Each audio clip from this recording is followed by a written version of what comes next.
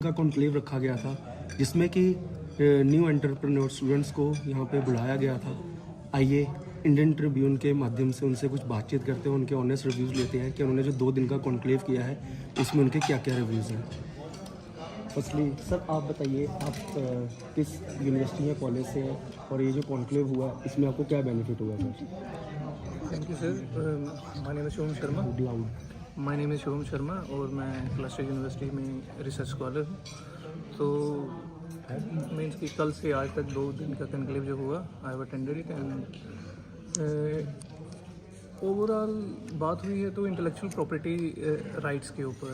तो जैसे कि वी ऑल नो कि हम आज के टाइम पे हमारी जो जनरेशन है मोस्टली यूथ, वो चाहते हैं कि वो गवर्नमेंट जॉब पे ही जाए और एज ए मतलब सो कॉल्ड सिक्योर फ्यूचर के बारे में सोचती है। But there is nothing to be secure about means कि आप गवर्नमेंट जॉब में हो तो आप सिक्योरिटी आपके पास है। तो बिजनेस जो होता है वो इसका मतलब नहीं होता कि वो एक स्मॉल वेंचर होता है। Business is more like a mind set कि आप तरक्की क्या देखते हो और कितनी कर सकते हो। और उसके लिए बहुत सारे प्रावधान होते हैं, जैसे कि इन्होंने यहाँ पे बताया कि ट्रेडमार्क्स क्या चीज़ होती है, काउंटरफिट्स क्या होते हैं और राइट्स क्या होते हैं, इंटेलेक्चुअल प्रॉपर्टी राइट्स, जैसे कि जिसमें पेटेंट्स आ जाते हैं, आप कैसे अपने पेटेंट्स करवा सकते हैं, क्या क्या local domestic means local patent क्या होता है और वर्ल्ड वाइड पेटेंट क्या होता है। सो इट वाज गुड और काफ़ी चीज़ें जानने को मिला। होपफुली मैं कुछ बेहतर करूँगा ज़िंदगी में।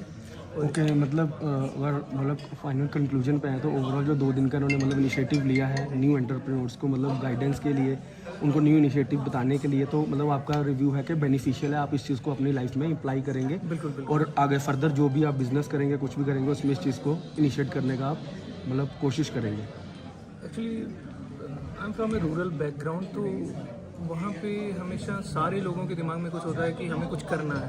ओके। बट मीडियम नहीं ढूंढ पाते हैं। अगर ऐसे कॉन्क्लेव और होने लगे, और मोस्टली ये तो चलो थोड़ा सा अर्बन सेटिंग में है, अगर ऐसे कॉन्क्लेव रूरल सेटिंग में भी होने लगे जहाँ पे लोगों को जानने का मौका मिले कि क्या चीज़ है और कैसे हम प्रोग्रेस कर सकते हैं ज़िंदगी में, कैसे बिजनेस इस्टेब्लिश कर सकते हैं, तो it will be more beneficial to those people and I look forward to it कि ऐसा हो कुछ। बहुत बढ़िया। आइए नेक्स्ट हमारे साथ एक और स्टूडेंट जुड़े हुए हैं न्यू एंटरप्रेन्योर। आप मैम अपना रेफरेंस बताइए, आप कहाँ से मतलब किस कॉलेज यूनिवर्सिटी से हैं, देन अपना name. Of course. Hi, I'm Harshita from Cluster University. And if you'd like to ask me about the reviews for this conference, I think it was one of the most achievable steps that you guys took, because in the advancements of I am from chemistry field, so in the advancements of chemistry I think ऐसी एक workshop होनी चाहिए थी, because taking further जैसे research papers आते हैं, patent करना, trademark करना, इतनी नॉलेज नहीं होती है, and as a result of which अपना काम कोई और क्रेडिट ले जाता है। तो I think this workshop was really good. Thank you.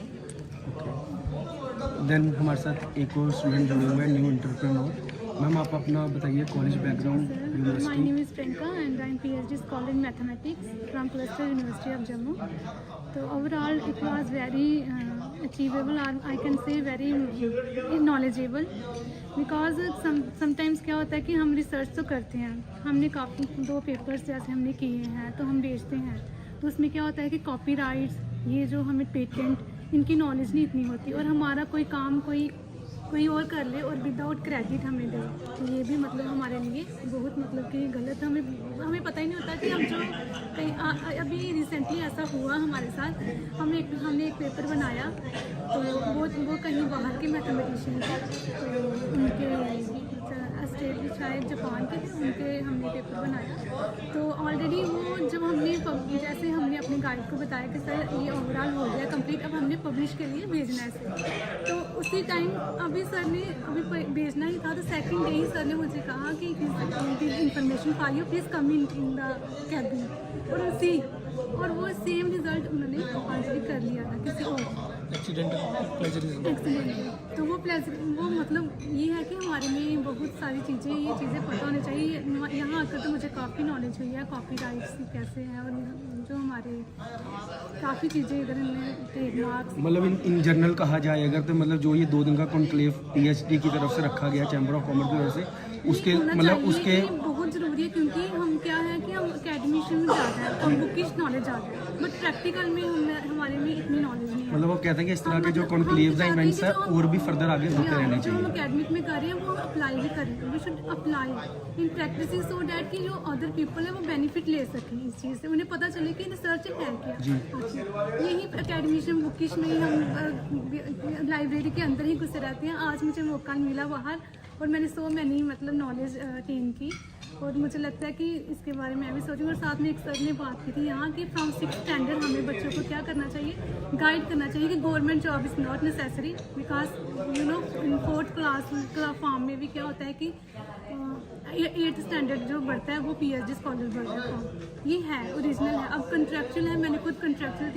4 साल की है, और मुझे पता है इसमें क्या चीज़ें होती हैं। असिस्टेंट प्रोफेसर का काम पूरा करना पड़ता है और सैलरी वही हाफ से भी कम, 1/4 लगा लो। तो ये है कि यहाँ पर ये चीज़ें कि अगर हम 6th स्टैंडर्ड से ही बच्चों को बोलें कि आप इन गवर्नमेंट जॉब के चक्कर में ना पढ़ के बिजनेस में जाएं, और बिजनेस के थोड़े जैसे इन्होंने सर ने कहा कि मीडियम हमें पता होना चाहिए कि हम जहाँ तक रीच सकें उनके पास, मतलब अचीव करने के लिए कौन हमें मीडियम चाहिए। वो शुड नीड इन जम्मू को नहीं है, मीडियम है ही नहीं है। जम्मू जो है वो पीछे रहता है, ये हमारे में भी है कि हम पीछे हम मतलब हमें वो प्लेटफॉर्म ही नहीं मिलता है। तो यहाँ आते मुझे लगा कि it is a very good platform for those candidates who have attend goal to achieve the goal of their life. तो it is very nice and arrangements are also nice. Radisson hotel है, तो Radisson hotel की arrangement भी देखने को मिला, और साथ में मुझे काफ़ी नॉलेज चीज़ें मिली। और मुझे लगता है कि जो मेरे किड्स आज आए हैं तो I will guide them in future.